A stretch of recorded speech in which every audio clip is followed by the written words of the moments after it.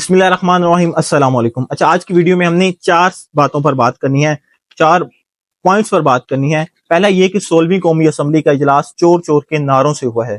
دوسرا یہ کہ جو نواز شریف صاحب کہتے ہیں کہ ہمارے آنے والے 2 سال مشکل ہیں، اس پر تھوڑی سی بات کریں گے۔ تیسرا یہ کہ ایم پی ایز کو بما اہل و عیال بلو پاسپورٹ جاری کر دی گئے ہیں، اس پر بات کریں گے۔ اور اے ایس پی شہر بانو، اس حوالے سے آج کی ویڈیو میں ہم بات کریں گے۔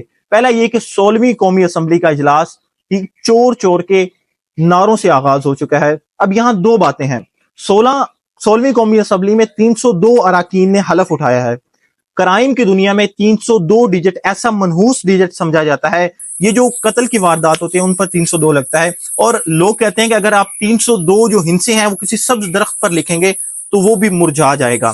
اگر آپ 302 جو ڈیجٹ ہیں وہ کسی پتھر پر لکھتے ہیں، چٹان پر لکھتے ہیں، تو وہ بھی بھبر کر گر جائے گی۔ یہ ایسا منحوس 302 ڈیجٹ ہے۔ اگر اب آپ لوگ خود اندازہ لگا لیں کہ 302 اراکین نے حلف اٹھایا ہے۔ اب ہم نے دیکھنا ہے کہ یہ جو ہم جسے قومی اسمبلی کہہ رہے ہیں، کیا یہ واقعی عام عوام کی نمائندگی کر رہے ہیں یا نہیں؟ ذرا اس کا ہم پوسٹ مارٹم کرتے ہیں۔ ذمہ دار جاگیردار طبقہ 45% قومی اسمبلی میں اس وقت بیٹھا ہوا ہے۔ کاروباری، بزنس مین، ٹریڈر، صنعت کار 36% قومی اسمبلی میں بیٹھے ہوئے ہیں۔ پیچھے رہ کیا گیا؟ پیچھے کھے رہ گیا۔ آپ لوگ آگے ذرا سنیں اور آپ لوگ ماتم کریں گے۔ ہم یہاں اور کر بھی کیا سکتے ہیں؟ جب تک ہم زندہ ہیں، ہمارے دل چلتے ہیں، زبان بولتی ہیں، ہم ماتم کے سوا کچھ بھی نہیں کر سکتے۔ اب آپ لوگ آگے سنیں۔ 75-76 سال بعد بھی انجینئرز کی تعداد ہماری قومی اسمبلی میں 1% ہے، ڈاکٹرز کی تعداد 4%، ٹیچرز کی تعداد 4%، اور وکلا کی تعداد 11% ہے۔ اور وہ بھی عمران خان کی وجہ سے ہے کہ جو عمران خان کی وجہ سے قومی اسمبلی میں آئے ہیں، ورنہ وکلا کی تعداد بھی 2-4% ہونی تھی جو باقیوں کی ہے۔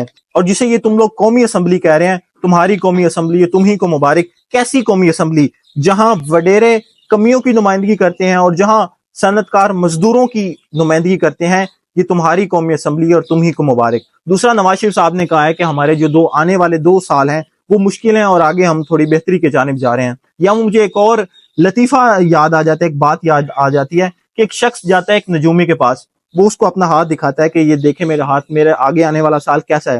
وہ کہتا ہے کہ جو تمہارا اگلے آنے والا سال ہے وہ مشکل ہے۔ وہ کہتا ہے کہ اس سے اگلا سال، وہ نجومی اس کو کہتا ہے کہ وہ بھی مشکل ہے۔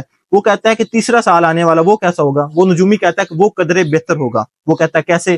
نجومی اس کو کہتا ہے کہ جب تم 2 سال یہ گزار لوگے کہ تمہیں یہ عادت ہو جائے گی اور تمہیں تیسرے سال کی پتہ ہی نہیں چلے گا۔ اور ہمارا حال بھی کچھ اس طرح ہونے والا ہے۔ جب 2 سال ہم مہنگائی کی دلدل میں پھنسے رہے، ہم مہنگائی جھیلتے رہے، تو ہمیں خود ہی ہم اس بات کے ہو جائیں گے کہ ہم عادی ہو جائیں گے اور ہمیں پتہ ہی نہیں چلے گا ہمارا آنے والا سال تیسرا کس طرح ہوگا۔ اور تیسری بات یہ کہ ایم پی ایز کو بما اہل و عیال بلو پاسپورٹ جاری کر دیے گئے ہیں۔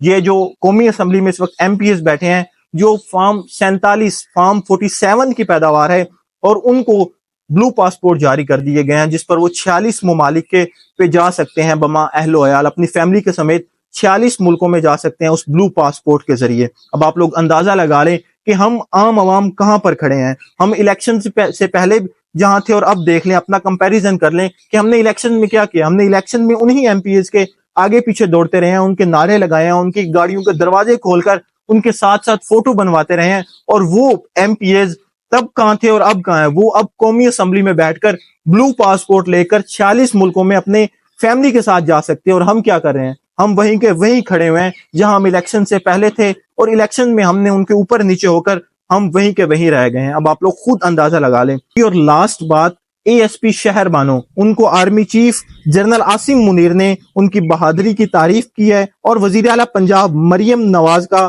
خاتون پولیس آفیسر کو خراج تحسین، جبکہ army chief general Asim Munir نے قائد اعظم پولیس میڈل کے لیے نامزد کر دیا گیا ہے۔